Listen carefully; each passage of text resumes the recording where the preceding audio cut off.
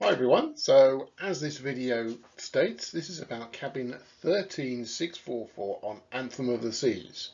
Now, we took our cruise in September the 21st to October the 3rd, 2023, so this only relates to that period. But it's just to give some, or allay some possible fears about Deck 13.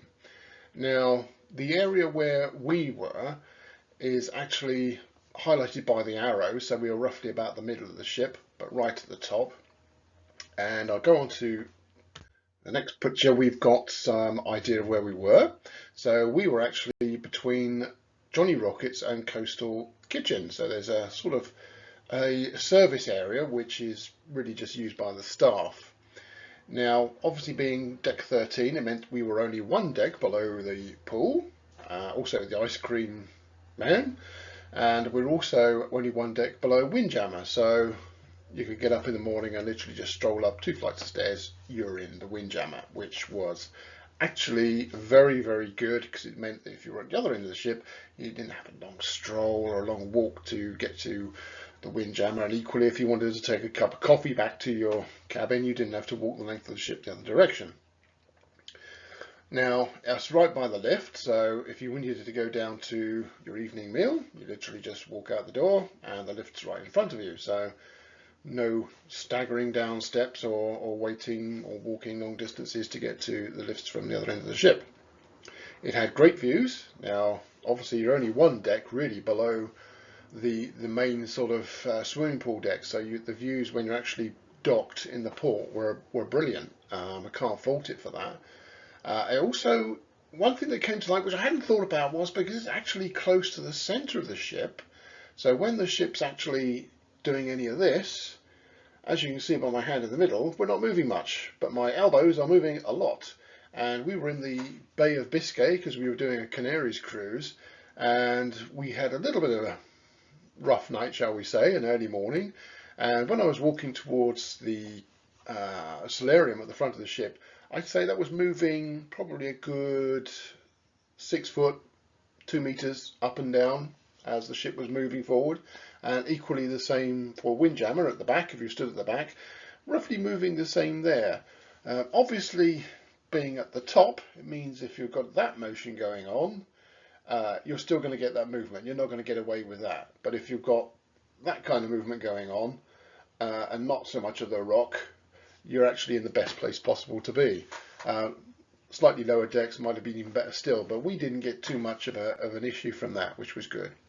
Now, if you're looking at the picture I've got here, 13644 is just at the bottom of that little image there, but it's just by the elevator.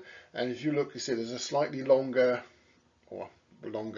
balcony, and that's not covered by the deck above, which has got an overhang to it, which meant that you were literally, your end of your balcony was right up against the edge of the ship, which meant that as the sun was shining in, if you wanted to pull your chairs back a bit, you could. So you'd keep possibly out of the sun. Equally, if you're a sun worshipper, you wanted to be in the sun, you could move your chair forward or your lounger forward. If you're in one of the decks immediately below, I think it's deck 13, but a bit further along, the sides there, you've got the overhang, which means possibly you're not going to get all the sun, so you're going to be in shade, which might be a benefit for somebody, but if you're a sun worshipper, you're probably going to want to go up on the sun deck to try and catch the rays. So were there noise issues? Can't say there weren't. Yes, there were.